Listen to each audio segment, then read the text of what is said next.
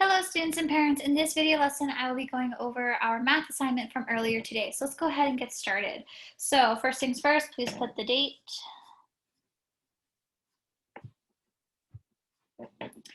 Then this was from topic 14, lesson 7. It's our final lesson for measurement. So for this lesson, it was asking students to be measuring objects that are curvier. So normally when we measure objects that are curvier, we can't really use a straight edged object like a ruler or I don't know, like a crayon. Like you can't use a crayon on a curvy object. It's going to be really hard to measure that. So we have to use a curvy object, something that we can move and manipulate to measure something curvy. So for this assignment, we're going to be measuring some snakes and different lengths of snakes. So let's go ahead and draw our snakes.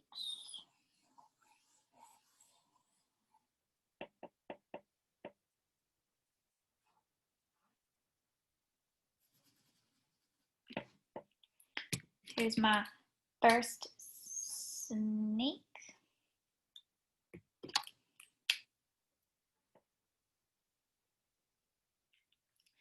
And I'm going to draw another snake. Draw another snake.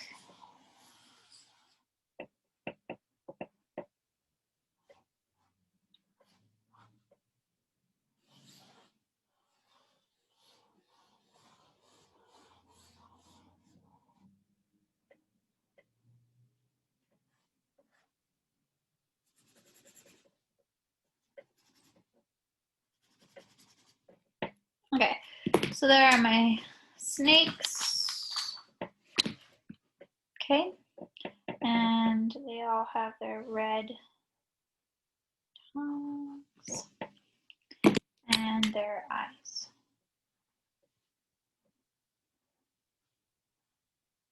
Okay, now when you're measuring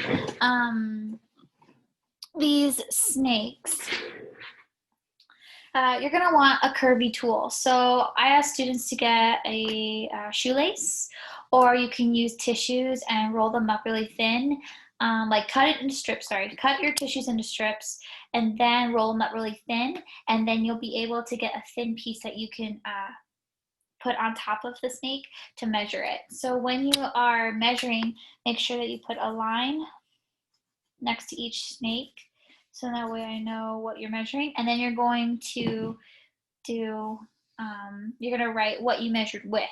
So for example, for our first snake here, so I'm going to use a shoelace, but you can use either tissue, or if you have string or a shoelace too, you can use that.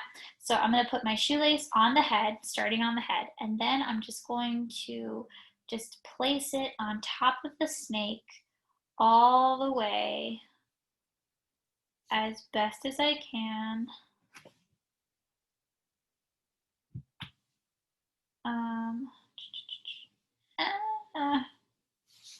As best as I can.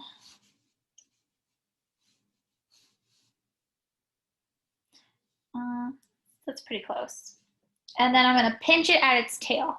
Then what I'm going to do is, after I pinch at the tail so I don't lose my place, I'm going to measure this piece from head to tail. I'm going to measure how long this is using my crayons. Okay. So if I have it pinched over here, I'm going to measure it using my crayons. So that's going to be 1, 2, 3, oops, it's a broken one, 4, 4, 5, and probably about half. So like about 5.5 crayons long. That's about 5.5 crayons long. So then on the line next to that snake that I measured, I'm going to write 5.5 crayons. Or you can round up and go up and it'd be 6 crayons, about. Or you could just go down and say 5 crayons. So this is 5.5 crayons long, this snake right here. But it doesn't look like that when it's all wiggly. But when you measure, if you measure something that's wiggly and then put it straight, when you're able to push it straight, then you're able to measure it with a straight edge object. So that is what you're going to do for the other 3 snakes, and you get a little creative with it. And you can even like make your snakes a little bit more decorative. They don't have to be exactly like mine, but just have fun with it.